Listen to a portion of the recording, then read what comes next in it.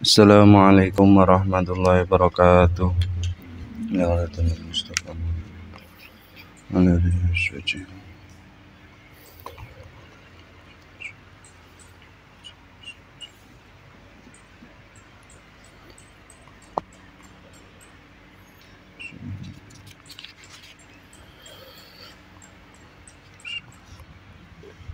Al-Fatihah. A'udzubillahi minasyaitonir rajim.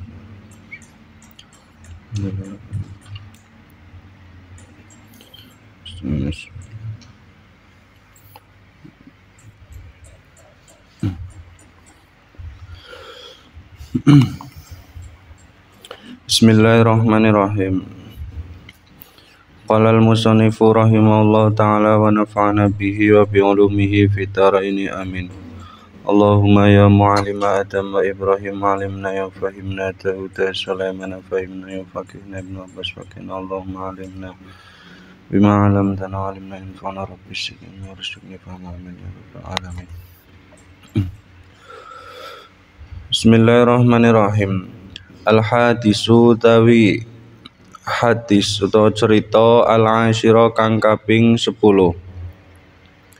Iku an Kulaib ibni Hasim, den riwayatake saking Kulaib bin Hasim radhiyallahu taala anhu. Qala dawuh sapa Kulaib, sami'tu ngrungu sapa ingsun, midhanget sapa ingsun Rasulullah ing Kanjeng Rasul sallallahu alaihi wasallam. Yaqulu hale ngendika sapa Rasul, ya qaumi he kaum ingsun, utlubu muriya sira kabeh al jannata ing swarga, bijuhdikum kelawan oleh nemen-nemenine sira kabeh, waharobulan lumayu sira kabeh, waharobulan lumayu sira kabeh minan nari saking neraka, bijuhdikum kelawan oleh nemen-nemenine sira kabeh, fa innal jannata krana sak temene swarga,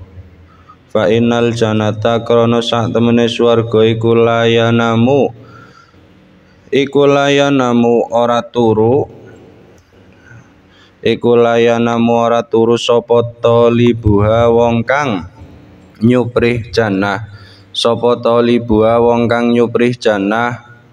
wa innan naro lan sak temene neraka, iku layanamu ora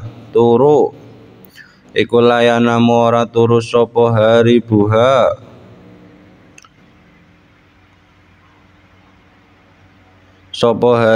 wong kang lumayu ing nar,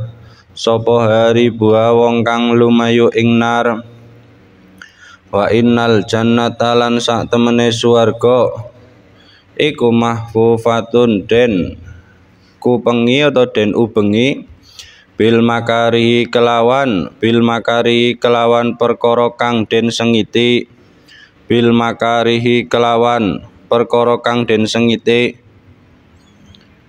wa innan naro lan sak temene neraka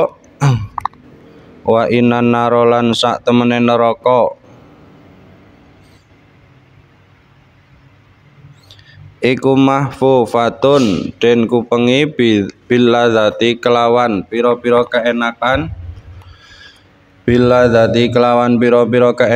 wasyahwati lan pira-pira kesenengan, falatul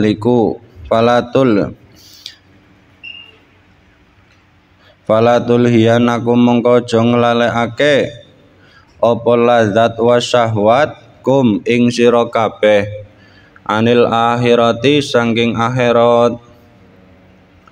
Terus diriwayatkan dari Kulaib bin Hasim bahwasanya dia mendengar dari Rasulullah sallallahu alaihi wasallam, Kanjeng Nabi mengatakan, utlubul jannah bijuhdikum, carilah surga dengan kekuatan kalian semua, waharabu minan nar, dan larilah kalian dari neraka dengan semampu kalian, fa innal jannah, karena sungguhnya swarga iku layanamu, tidak tidur bagi orang yang mencarinya. Artinya orang yang mencari dunia itu dengan gambaran dia akan selalu terjaga untuk melakukan apa yang diperintahkan oleh Allah. Walaupun tidur niku kan nggih, tidur itu menjadi bagian daripada ayat Allah. Makanya di surat Al-Furqan kalau nggak salah, di situ dikatakan wa huwallazi ja'ala lakumul laila libasa wa nauma subata wa ja'ala nahara nusyura, ya benar ya. Jadi Allah niku ndadekake malam sebagai libas, pakaian. Terus wa nauma subata, tidur menjadi waktu untuk istirahat bagi manusia, dan siang digunakan untuk manusia berusaha.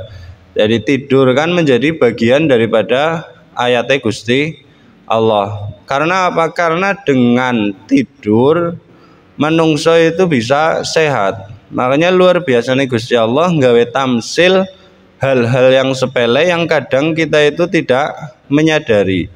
Sekarang misalkan sajalah jenengan ke dokter atau tabib, ke mantri, kemudian ketika jenengan ke dokter terus jenengan dalam keadaan wong sing ora seneng turu, maksudnya napa ora tahu turu lah, tidak pernah tidur, kira-kira sehat atau apa mboten jenengan niku?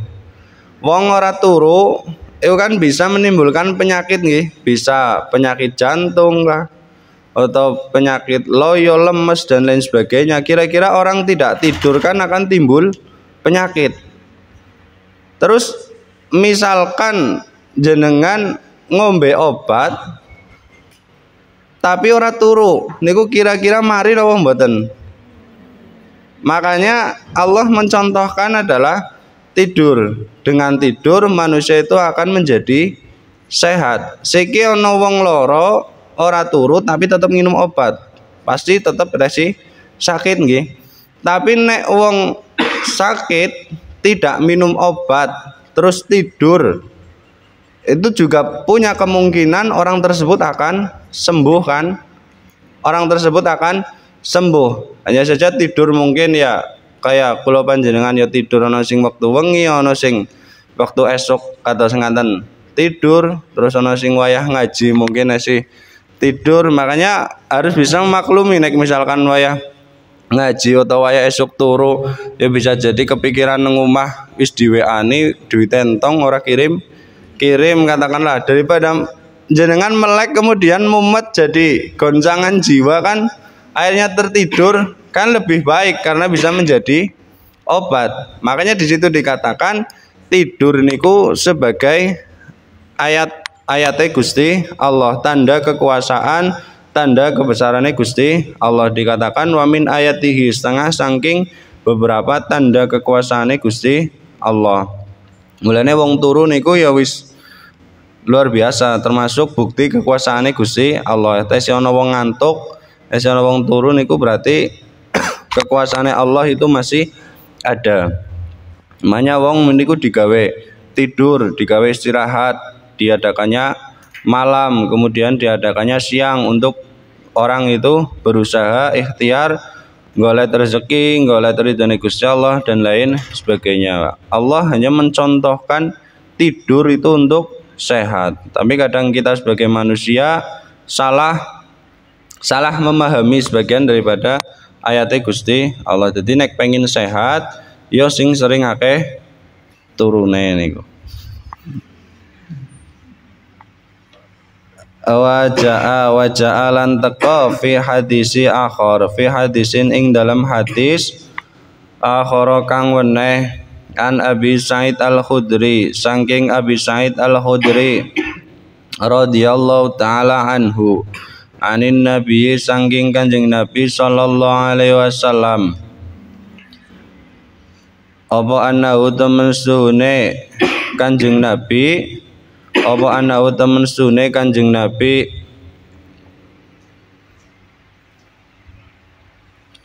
apa annahu temen suhune Kanjeng Nabi ku kala dawuh sapa Kanjeng Nabi, yunadi undang-undang sapa munadin tukang undang-undang,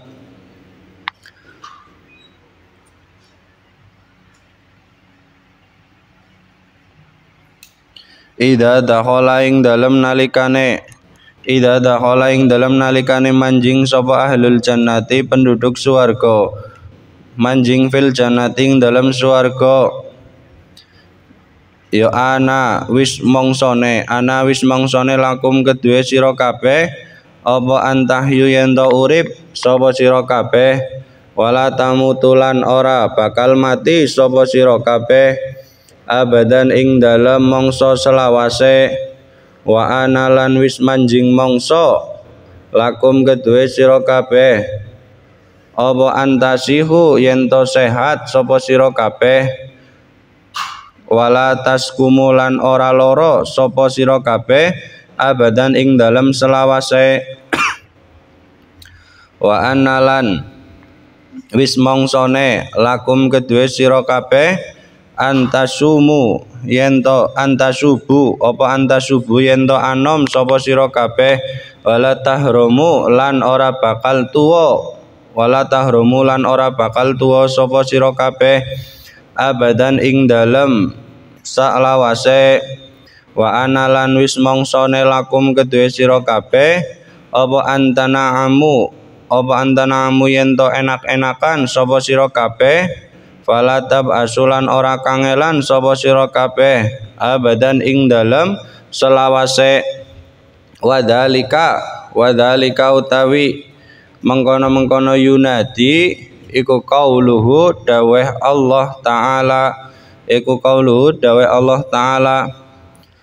Nah, terus datang satu hadis yang lain dari Abu Sa'id Al-Khudri bahwasanya dari Nabi sallallahu alaihi wasallam itu yunadi munadan, ada sesuatu yang nopo ngundang-undang, idza dakhala ahlul jannah, ketika penduduk surga itu masuk ke dalam surga, maka dikatakan telah tiba saatnya bagi kalian semua hidup yang tidak akan mati selamanya, dan telah datang kepada kalian semua antasihu sehat yang tidak akan sakit selamanya, dan telah tiba masanya antasubu enom dan tidak akan tua selamanya, abadan, wa anna lakum antana'amu falatab asu, dan telah tiba saatnya bagi kalian semua kenikmatan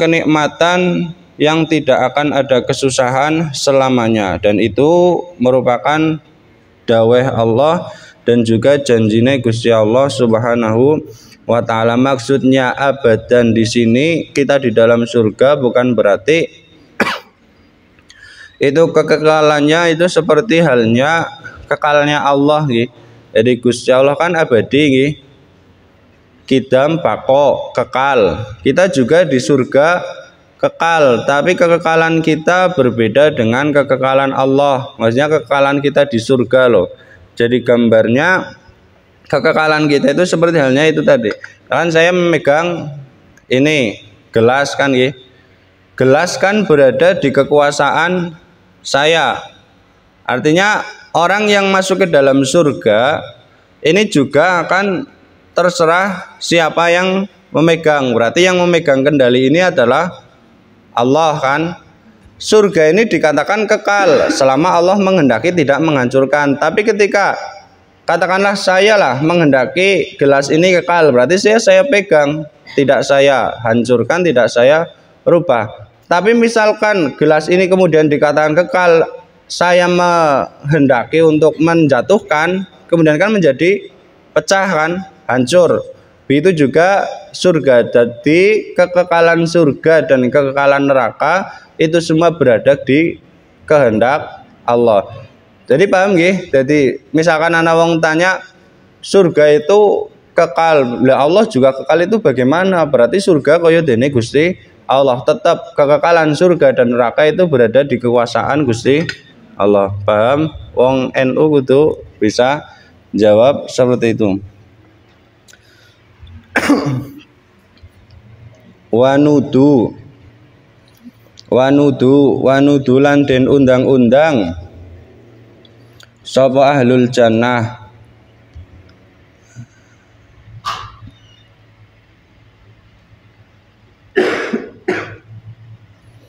an satuhune kelakuan iku nilkum utawi mengkono-mengkono sira kabeh al jannatu tawi swarga iku aurik tumuha den paringi sira kabeh ha ing jannah bima sebab perkara kuntum kang ana sapa sira kabeh iku tak maluna padha ngamal sapa sira kabeh. Dan surga itu diberikan sebab kita beramal ketika di alam dunia. Wa an Abi Hurairah lan den riwayatake saking Abi Hurairah radhiyallahu taala anhu.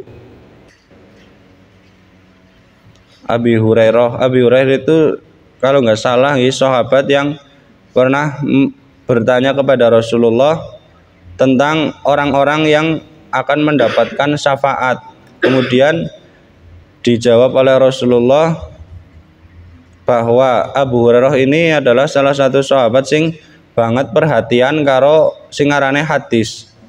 Jadi pernah ya Rasulullah, siapakah orang yang akan mendapatkan syafaatmu? Dengan tujuan menanyakan itu, Abu Hurairah ku pengen napa Kanjeng Nabi mengeluarkan ucapan yang mana ucapan itu kan menjadi hadis. Kemudian dijawab oleh Nabi, syafaati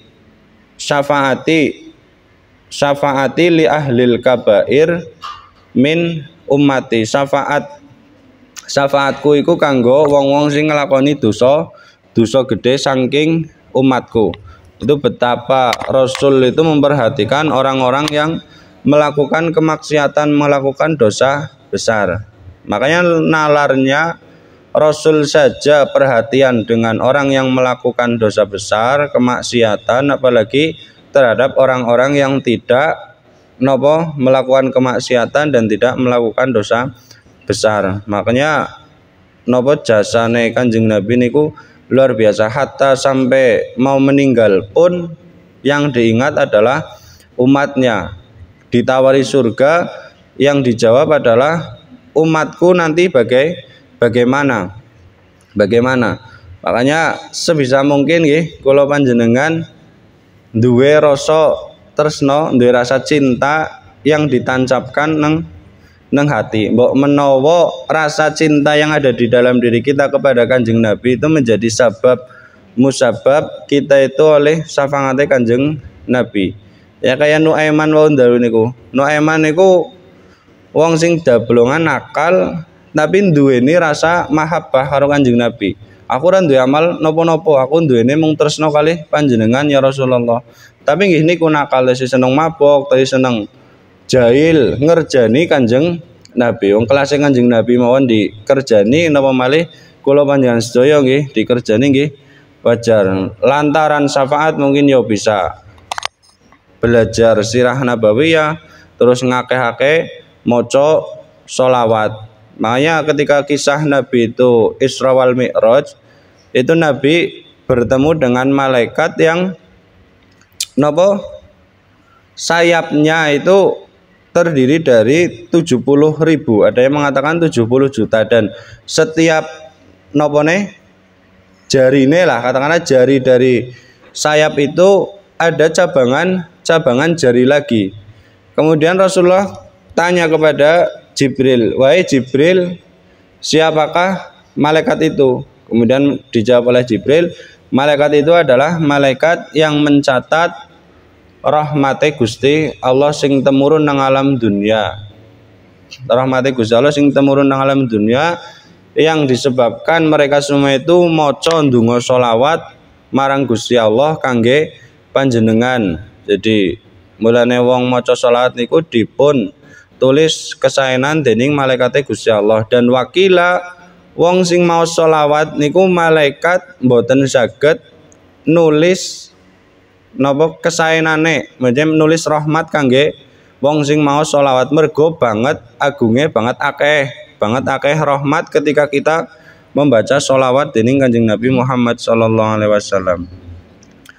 Qala dawuh sapa Abu Hurairah, qala dawuh sapa Rasulullah sallallahu alaihi wasallam, yaqulu ngendika sapa Allah Gusti Allah taala, ahdatu nyawisake sapa ingsun li ibadi marang pira li ibadi krana arahe kawula ingsun as-solihina pira-pira kang saleh fil jannati ing dalem swarga, ma ing perkara la ainun kang ora ana mata iku raat ningali apa ain, wala udhunun lan ora ana kuping iku samiat midanget apa udhun, wala khotorun lan ora ana kumrentek iku maujud ala qalbil basyarin ing atase atine menungsa.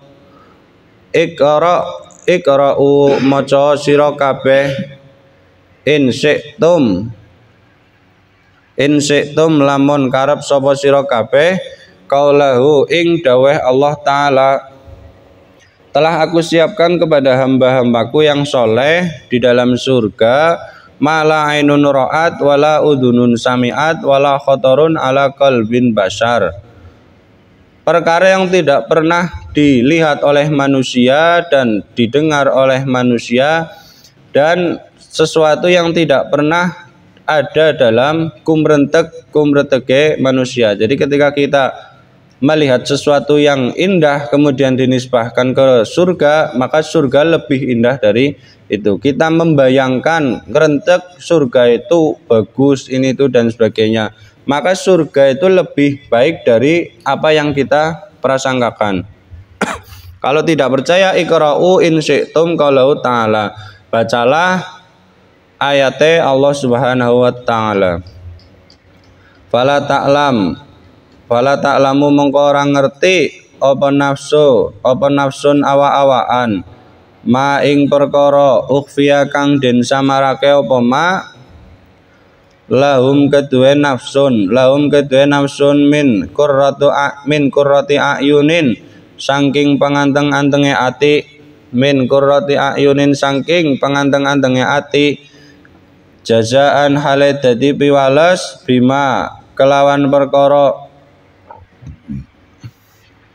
kanu kang ono sapa nafsun iku ya maluna padha nglakoni utawa ngamal sapa nafsun.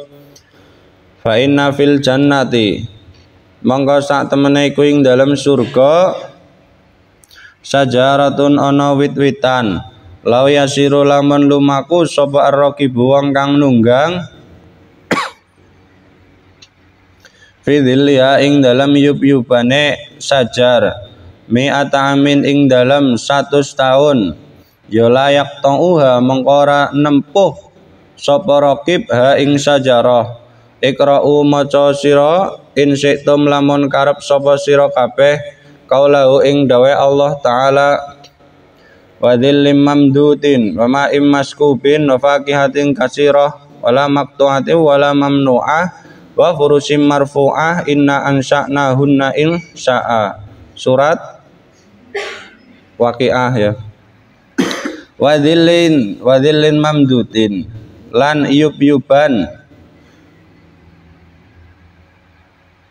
wa dhillin lan yub-yuban mamdudin kang ndawaake wa ma'in lan banyu maskubin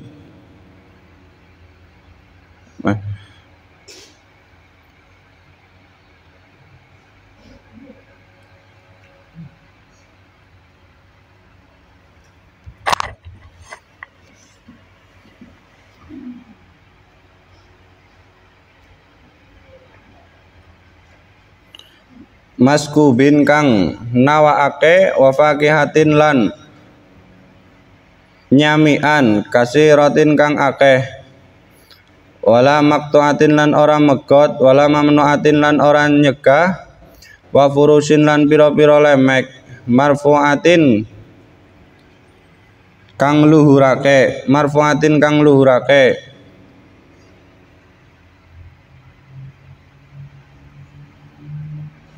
Inna temen sune kita iku ansa'na nyukulake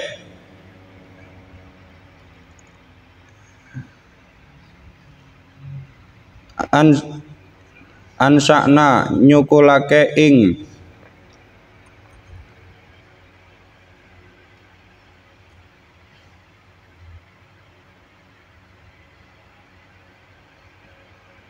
nyukulake ing dzilim mamdud ilahirihi ansa'na hunna nyukulake sapa kita hunna ing wa dzilim mamdud ilahirihi insya'a lamun karep sapa sira al ayata ay ikra al ayata waruyalan den riwayatake anil Mughirah bin Syu'bah radhiyallahu taala anhu apa anan nabiya temen sunai Kanjeng Nabi sallallahu alaihi wasallam iku kala dawuh sapa Kanjeng Nabi naja munajat sapa Musa Nabi Musa robau ing pangerane Musa kala dawuh sapa Musa ya Rabbi duh pangeran ingsun ahbirni mugi paring khobarni ing ingsun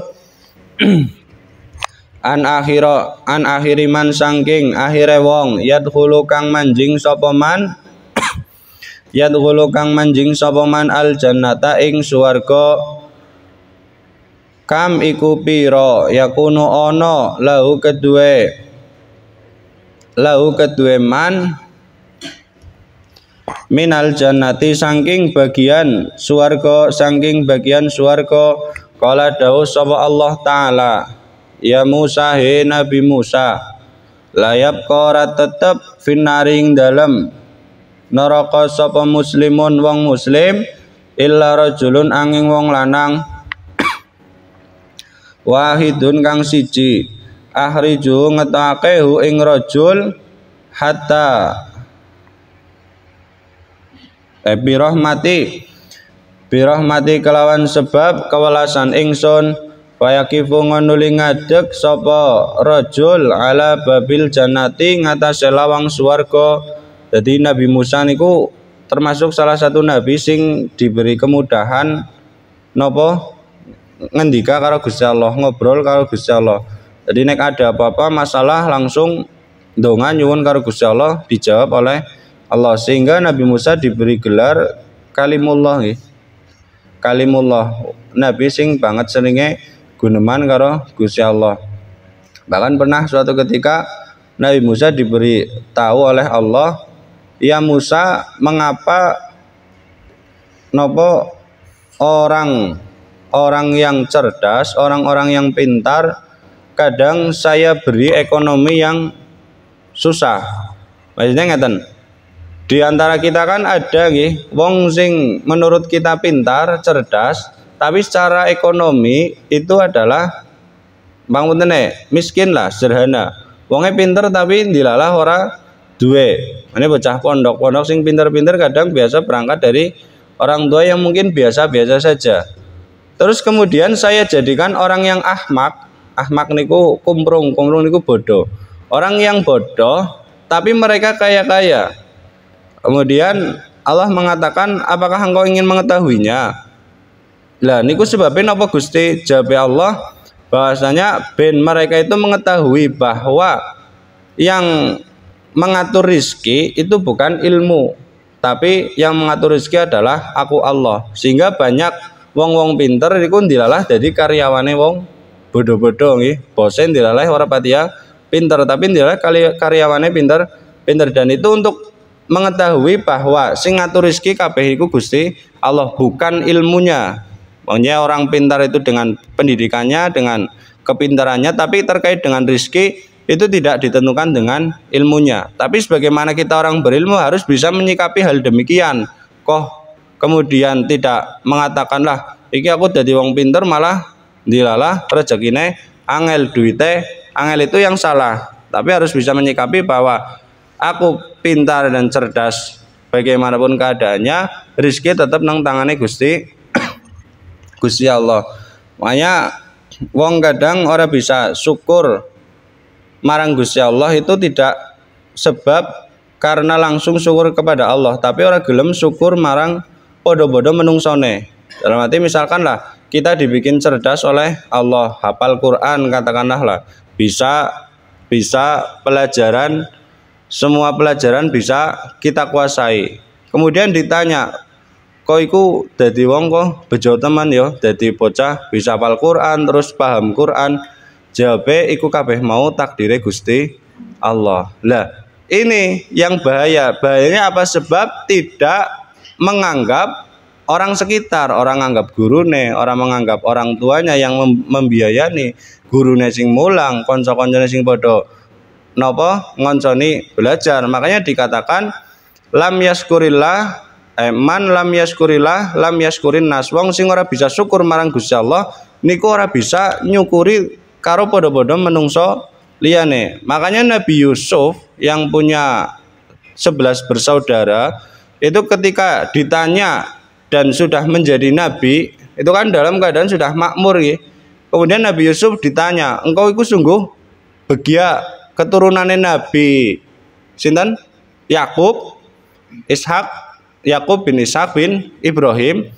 Itu ketika ditanya, engkau itu sungguh bahagia wis makmur dadi nabi ganteng pisan. Jawabe Nabi Yusuf napa? Wattaba'tu millata abai. Aku anut, bisa jadi seperti ini karena aku anut marang agamane bapak-bapakku. Terus disebutkan Ibrahimah wa Ishaqa wa Yaquba. Iku bisa mengatakan demikian loh. Iku karena bapakku, wong tuaku, mbah-mbahku dan orang-orang yang berada di sekitarku. Ora langsung marang Gusti Allah, karena syukur dulu terhadap manusia, terima kasih terhadap manusia, baru syukur marang Gusti Allah. Makanya ketika laski kabeh mau kersane pangeran takdire, pangeran itu kan menghilangkan hal-hal yang lain.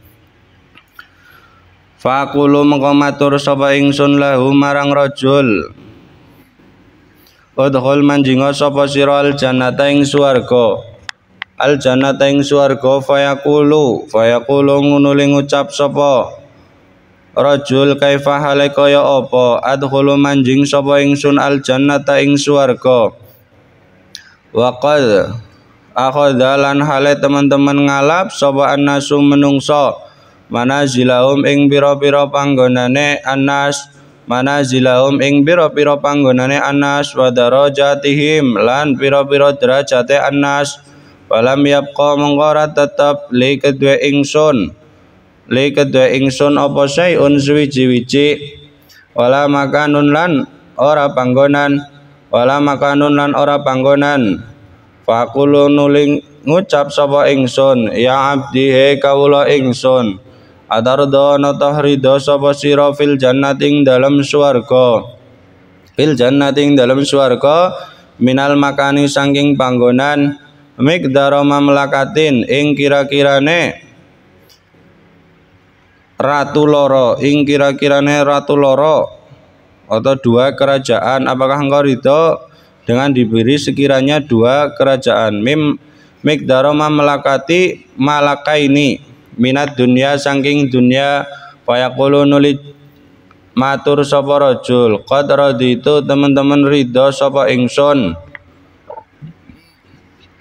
Teman-teman ridho sapa ingsun. Faqulu nuli matur sapa ingsun lahu marang rajul, udkhul manjinga sapa sira al jannata ing swarga, wala kalan iku kedue sira ad'afu zalika utawi pira-pira tingkelane mengkono-mengkono qadron. Fa'ata nuli paring sapa Allahu ing rajul biqadri mamlakati arbaati kelawan kira-kirane keraton papat. Min mulukid dunya saking pira-pira ratu ana ing dunya, saking pira-pira ratu ana ing dunya. Kemudian masuk ke dalam surga, ternyata surga wis kebak, wis penuh. Kemudian ditanyai, apakah engkau ridho wis teknai panggonan rong keraton dua kerajaan tapi ukuran kerajaan dunia. Berarti kan ya cara ukuran sana kan yus paling cilik kan, paling kecil.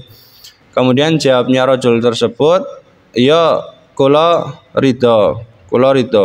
Lah ketika dengan keridhaan tersebut Allah malah melipat gandakan kerajaannya sehingga ukurannya itu menjadi 4 kerajaan dunia. Qala nuli dawu sapa al musannifu ke musannif rahmatullahu alaih yakunu ana apa qadra ikum misla khurasani madani tanah khurasan wa Irakin lan tanah Irak. Jadi kadarnya yang disebutkan tadi perkadarnya itu sekira jauhnya luasnya itu dari tanah Khurasan wa Irak wa Yamanin lan tanah Yaman wa Syamin lan Syam. Jadi Khurasan, Irak, Yaman, Syam itu kan sudah luas dikalikan 4. Qala dawu sapa musannif sifatul jannati utawi sifate swarga iku kasirun iku aksarul luwih akeh bima tinimbang perkara yuhsa kang den itung apa mak walakin la buta tetapi ne ora kena ora min zikri nari saking nutur neraka inda ing dalem nalikane nutur swarga. Jadi ketika menyifati surga nyeritakna keenakan surga kata Ki Musonef tetap wajib nutur atau menceritakan juga tentang neraka ben tidak napa terbuai dengan kenikmatan tok tapi ora ono usahane ora ono ikhtiare. Makanya diceritakan neraka untuk kemudian takut. Makanya ketika Jibril datang ke Rasulullah, ya Rasulullah, aku ingin menceritakan surga kepadamu. Jawab Kanjeng Nabi, wis aja Jibril, jenengan ceritakan mawon neraka. Neraka pada saat itu menceritakan neraka jahanam. Kemudian Rasulullah tanya tanglet kali Jibril, ya Jibril, siapakah penduduk neraka di kemudian hari besoknya itu siapa yang akan menghuni neraka? Kemudian Jibril diam saja. Ditanya lagi oleh Rasulullah sampai 3 kali bertanya. Sebelum kemudian akhirnya Jibril balik maring Gusti Allah, sowan maring Gusti Allah, ya Allah aku ditangleti dening kekasih panjenengan kon jelasne neraka jahanam itu penduduknya siapa. Kemudian ya wis diceritake mawon marang kekasihku Nabi Muhammad bahwa penduduk neraka jahanam besok adalah sebagian dari umat Kanjeng Nabi. Ketika diceritakan itu kemudian Rasulullah menangis sejadi-jadinya sampai 3 hari itu tidak keluar rumah menangisi umatnya yang masuk ke dalam neraka jahanam. Beliau tidak pernah keluar selama 3 hari, keluar hanya untuk mengimami sholat saja. Jadi sabar niku melebat malih. Medal ngimami tok bariku melebat malih. Makanya sampai di sini nanti diceritakan sahabat niku bingung 3 dina Kanjeng Nabi nangis bae niki obate napa. Sehingga ada inisiatif dari Abdurrahman bin Auf untuk memanggil Sayyidah Fatimah. Karena pelipur lara bagi Rasulullah pada saat itu adalah Sayyidah Fatimah, putrine Kanjeng Nabi. Kemudian sowan karo Sayyidah Fatimah matur untuk datang kepada Nabi, menemui Nabi, menghibur Kanjeng Nabi. Dan ternyata Nabi juga masih belum bisa terhibur karena bangeting dahsyate neraka jahanam. Dan mikirna umatnya itu sebagian akan ada yang masuk ke sana. Niku menangis sejadi-jadinya. Makanya ya semoga saja kita bukan termasuk dari golongan sing mlebu maring neraka jahanam, karena bagaimanapun neraka yus panggonane mesti ora kepenak. Nah, saya kemarin katakan itu neraka yang dingin itu namanya Zamharir itu. Neraka Zamharir, neraka yang dingin. Jadi ada neraka yang dingin, neraka Zamharir. Makanya sebisa mungkin kalau panjenengan sedaya wis lah ngarep-ngarep rahmate Gusti Allah. Makanya perbuatan rakus yang diperbolehkan itu adalah rakus maring rahmate Gusti Allah. Sehingga ada di kitab Sahih Bukhari nggih, di kitab Sahih Bukhari. Di Sahih Bukhari itu ada cerita Nabi Ayub diceritakan. Ini cerita sedela ya. Nabi Ayub diceritakan di kitab Sahih Bukhari. Niki hadisnya insyaallah sahih, insyaallah sahih. Jenengan takon sahih apa ora, tapi orang ngerti hadis kan pada pengen di lomba sahih ya mesti iya mawon. Kadang kan wong kota lucu nggih, takon iki hadisnya sahih napa mboten, padahal sing takon niku ora ahli hadis. Ya di lomba sahih ya mesti mangguk-mangguk. Mohon kecuali kelas papat Al-Amin tak kayane nggih ngerti hadis sahih nggih. Enten kelas kawan. Lah diceritakan di kitab Sahih Bukhari kurang lebihnya lafaznya seperti ini. Bainama Ayyubu yahtasilu kharra alaihi rijlu jaroda min dhahabi. Jadi suatu ketika Nabi Ayub itu mandi. Bainama Ayyubu yahtasilu uryanan ngapunten uryanan kharra alaihi rijlu min dhahabi. Mandi dalam keadaan ya seperti itulah mandilah. Lah kemudian kharra alaihi rijlu jaroda min dhahab. Jatuh belalang, tapi belalangnya itu minad dhahab, dari emas. Jadi tiba belalang dari emas. Kemudian waja'ala wahsi fi saubi, diambil belalang tersebut kemudian dimasukkan ke dalam kantongnya lah. Kamanya masukkan ke dalam kantongnya. Wakila kalau di syarahnya ketika belalang itu jatuh, iku nggolet belalang yang lain loh. Belalang ada sebagian belalang lagi yang terbang. Terbang tuh dimeloni dening Nabi Ayub. Ini cerita tapi dalam keadaan Nabi Ayub sudah kaya. Berarti setelah sembuh dari penyakit itu tadi. Jadi sudah dalam keadaan kaya. Lah, melu-melu belalang ternyata di tempat itu banyak belalang yang sama dengan belalang yang ia kantongi. Jadi masih banyak belalang-belalang emas. Kemudian diambil semua itu oleh Nabi Ayub, dimasukkan ke dalam kantong. Kira-kira patut atau mboten? Wong sugih, Nabi wis sugih, ono belalang saka emas, terus dipeloni ternyata banyak di situ emas, bongkahan belalang dari emas diambil oleh Nabi Ayub, dimasukkan ke dalam kantong. Kira-kira patut atau mboten? Mboten kan nggih? Lah, melihat kejadian demikian, Allah itu berkata kepada Nabi Ayub, apakah engkau tidak cukup alam akun ahnaituka amma taro, apakah engkau tidak cukup dengan apa yang aku berikan kepadamu? Jawab Nabi Ayub, pinter jawab, bagaimana aku cukup dengan rahmat yang engkau berikan. Jadi ki dalil dadi wong sugih iku ora masalah selama punya keyakinan bisa mensyukuri apa yang ia miliki. Jadi katakanlah jenengan siki duit 1 juta nggih. Ngesuk pengen maring 1 juta, terus sampai banyak, itu tidak masalah. Tapi alasannya niku napa?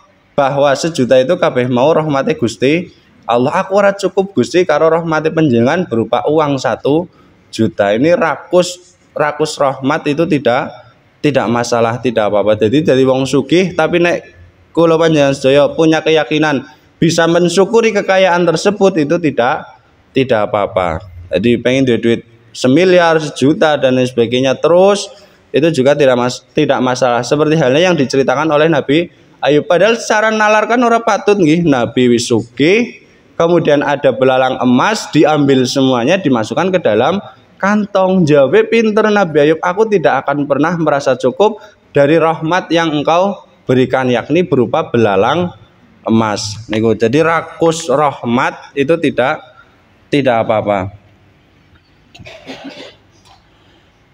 Qala dawu sapa Anas bin Malik radhiyallahu taala anhu, lama nazalat ing dalam sumangsane temurun apa hadil ayatu ikilah ayat.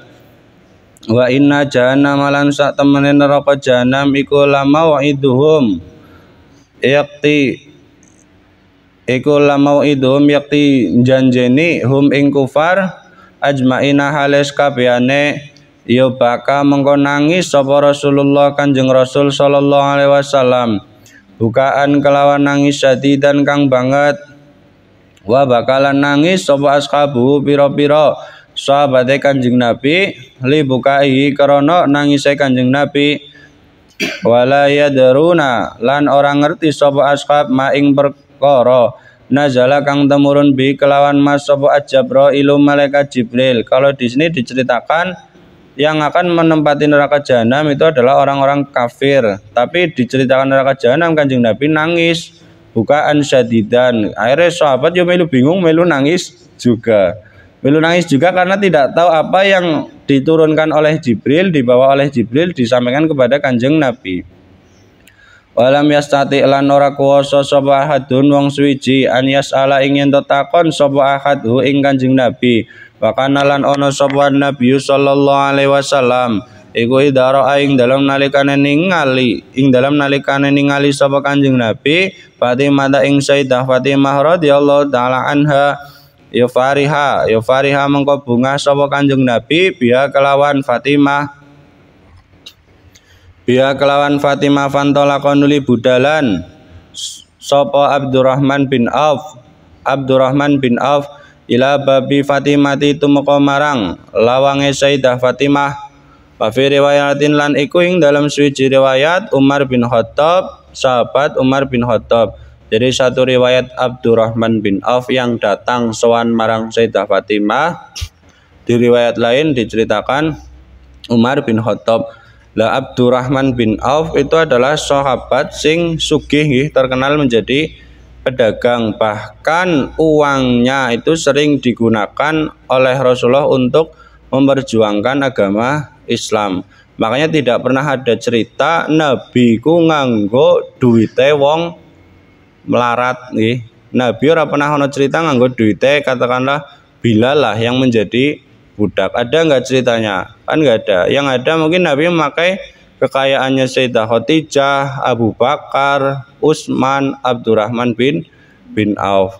Jadi nek ono kiai kok seneng karo wong sugih, merek wong sugih terus menggunakan kekayaan orang kaya niku ya aja dipaido kiai golet sugih, bukan berarti seperti itu, karena hartanya orang miskin itu kaitannya dengan nyawa dalam arti wong melarat aweh maring kiai katakanlah 100.000, bagi kiai mungkin itu sedikit, tapi bagi orang miskin 100.000 itu bisa buat makan 1, 2, 3 hari kan. Itu kaitannya dengan nyawa, kaitannya dengan ibadah. Makanya bisa dikatakan haram harta orang miskin bagi ulama, bagi nabi, para kekasih Allah. Makanya jenengan cari mawon lah, apakah pernah Nabi itu memakai harta orang-orang miskin.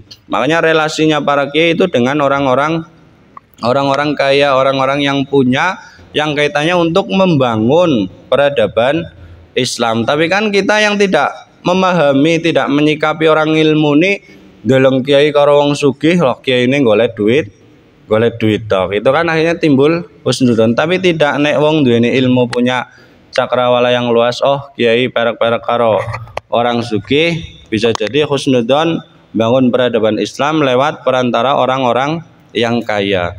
Karena wong sugih kok ora duwe dasar sing bimbing, sing nuntun dasar-dasar agama, ya akhirnya akeh wong sugih gawe pondok ora ono kiyaine. Enten napa mboten nang Purwokerto? Kadang ya mungkin ya. Lah itu bahayanya seperti itu. Makanya kemarin pas sowan teng napa? Teng ngene Romo Ki Halwani menika Purworejo nggih diaturi. Kalau matur saking Purwokerto niku dielek-elek temenan niku. Terus milih pondok niku aja kaya pondok sing nang Purwokerto, akeh pondok tapi ora ono kiyaine nggih. Akeh nggih seniki nggih. Pondok-pondok cabang termasuk nggih pangapunten maksudnya yang ada di sekitar itu. Payen jenengan syukur jenengan pondok teng mriki ditungguni kiyaine wonten gus-guse diopeni ngaji niku syukur lah. Karena banyak pondok-pondok ya seperti itulah. Wong sugih modal duit gawe pondok tapi ono kiai ngodekna ngodekna kiai, ngodekna pengajar. Niku yang bahaya. Ngene jenengan sedaya niku syukur teng mriki diopeni ngajine yo semangat kayene kaya jenengan kon libur bae kayane emoh nggih, semangat ngajine luar biasa.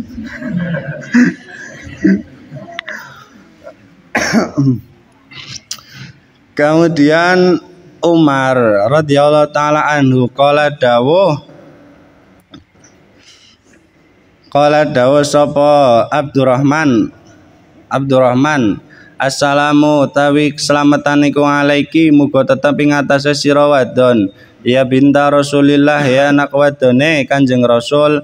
Qala dawuh sapa Fatimah wa alaikalan muga tetep ing atase sira assalamu tawi keselamatan. Faqalat nuli dawuh sapa Fatimah iku man sapa anta utawi sira. Faqala nuli dawuh sapa Abdurrahman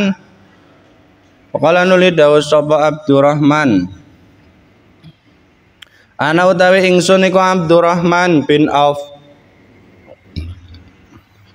Faqalat nuli dawuh sapa Fatimah ya ibna Auf, he Abdurrahman bin Auf, ma utawi apa iku jaat teka bika kelawan ma, iku jaat teka bika kelawan gawa ma kala dawuh sapa Abdurrahman taraktu ninggal sapa ingsun annabiya ing Kanjeng Nabi alaihi salatu wassalam bagian hale nangis hazinan tur kang susah wala adri lan ora weruh sapa ingsun ma ing perkara nazala kang temurun bi kelawan ma sapa Jibrilu malaikat Jibril alaihi salam. Faqalat nuli dawuh sapa Fatimah tanahi nyingkriya sira min baini yadaya ing dalem antarane ngarep ingsun hatta azuma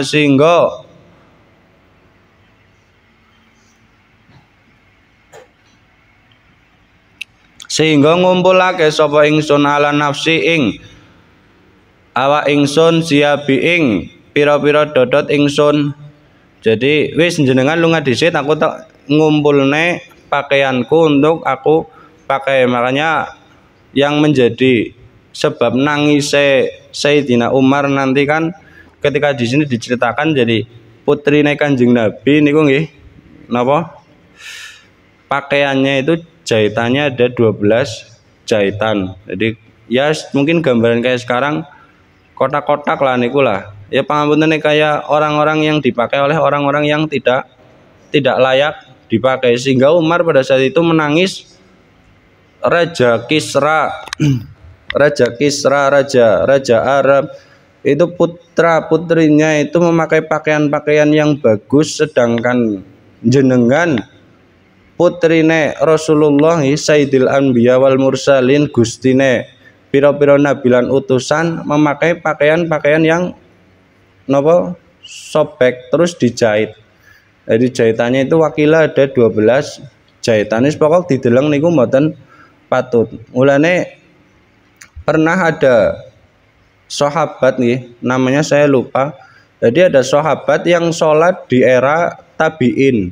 Jadi ono sahabat sing sholat nang era tabiin. Itu pernah beliau dihujat oleh tabiin. Mergo kiambake niku sorban itu kan sunah Rasul nggih. Sorban itu sunah Rasul. Lah kiambake sorbanan niku ngangge sarung. Jadi jubah kita katakan sunah Rasul lah. Kemudian sorban sunah Rasul, rida sunah Rasul. Lah niki enten sahabat menangi tabiin terus salat nganggo sorban, tapi sorbannya niku sangka sarung, digubetne teng napa? Leher. Mungkin kayak santri lah ora duwe sorban, akhirnya sarungnya dewek atau sarungnya pacare sing wadon nggih santri putrine ditinggae teng leher. Lah, ini diece dening tabiin. Jenengan ashabi Rasulillah, sahabat Rasul kok memakai sorban yang berbahan dari sarung. Jenengan sing ngerti sunah Rasul napa mboten? Niki nyinggung wong sing sedela-sedela sunah Rasul, sedela sunah Rasul, bid'ah, haram dan lain sebagainya.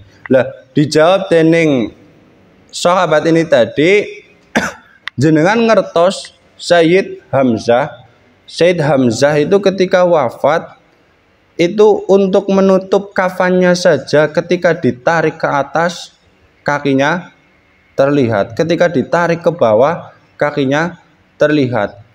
Itu sebab mereka semua itu adalah orang yang tidak mampu. Jadi dek nuduhnya bahwa aku memakai sarung itu karena tidak mampu membelinya, tapi tidak secara langsung mengungkapkan demikian. Sedangkan kamu itu mampu membeli tapi menyalahkan orang yang ingin niru tindak lambai Kanjeng Nabi. Mungkin kalau sahabat itu memiliki sorban, ya jelas memakai sorban karena tidak mampu membelinya dan tidak mau mengungkapkannya, aku itu wong ora mampu, wong ora duwe dan lain sebagainya. Jadi terkadang dari diri kita merasa kita sudah sempurna secara berpakaian, secara berperilaku, mungkinlah karena kita orang yang mampu, kemudian melihat orang-orang yang tidak mampu, mungkin weruh koncone sorbanan, tesih nganggo napa sarung, sajadah mboten ngendamel sajadah, tesih nganggo sarung, bahkan hanya sehelai kain, itu kadang kita salahkan, menganggap itu adalah hal yang nora, bahkan ya pangapunten menjijikan, wagu, elek dan sebagainya. Padahal mboten ngertos teng atine wong sing lakoni niku. Wajib punya keniatan tulus pengen niru tindak lambai Kanjeng Nabi. Makanya kita semua yang bisa melakukan kesunahan, entah itu siwakan, nganggo sorban, nganggo imamah, jubah dan sebagainya, ketika melihat orang-orang lain yang masih berusaha ataupun bahkan tidak mampu melakukan hal demikian karena keterbatasan ekonomi dan sebagainya, jangan kemudian kita salahkan, kita citrakan dengan hal yang tidak baik. Ora patut dewek santri wong duweni ilmu dianggap baik oleh masyarakat sekitar, kemudian menganggap atau menilai buruk orang lain. Tur jangan mudah terpancing lah kula panjenengan sedaya ketika diperlakukan buruk atau diomongi buruk oleh orang lain, karena nasib kita itu tidak ditentukan oleh omongan-omongan mereka. Jadi nek onten tiang buruk nglakoni keburukan teng awake dhewe niku malah kata Imam Syafi'i yang masyhur itu malah kudune niku bersyukur.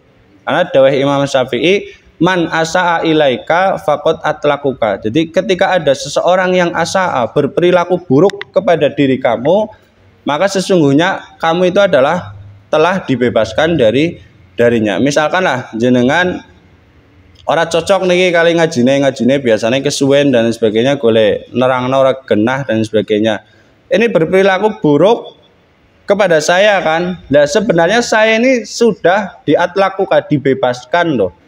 Jadi jenengan kan akhirnya orang ngaji ya, monggo kalau ya kebenaran jadi orang mulang panjenengan ngaji kan, artinya sudah dibebaskan. Jadi ana wong nglakoni elek maring awake dhewek ya wis ben mawon. Berarti memang benar-benar napa kita dibebaskan dari keburukan orang itu tadi, karena dia buruk, berperilaku buruk, merasa dirinya benar. Jadi nek ana koncone elek ya wis kita anggap sepele mawon, disakiti dan lain sebagainya kita anggap sepele mawon. Makanya kemarin saya katakan Allah menciptakan sakit hati, dadekno wong loro ati iku ben duweni rasa bosen karo makhluk, akhirnya balik maring Gusti Allah, dilarani nang koncone, nang wong lanang, wong wadon dan sebagainya, iku ben duweni rasa bosen karo makhluk. Kula panjenengan makhluk Gusti Allah ben duweni rasa butuh marang Gusti Allah. Itu tujuane Gusti Allah ndadekno loro ati. Wallahu a'lam. Al-Fatihah. Alhamdulillah. Bismillahirrahmanirrahim.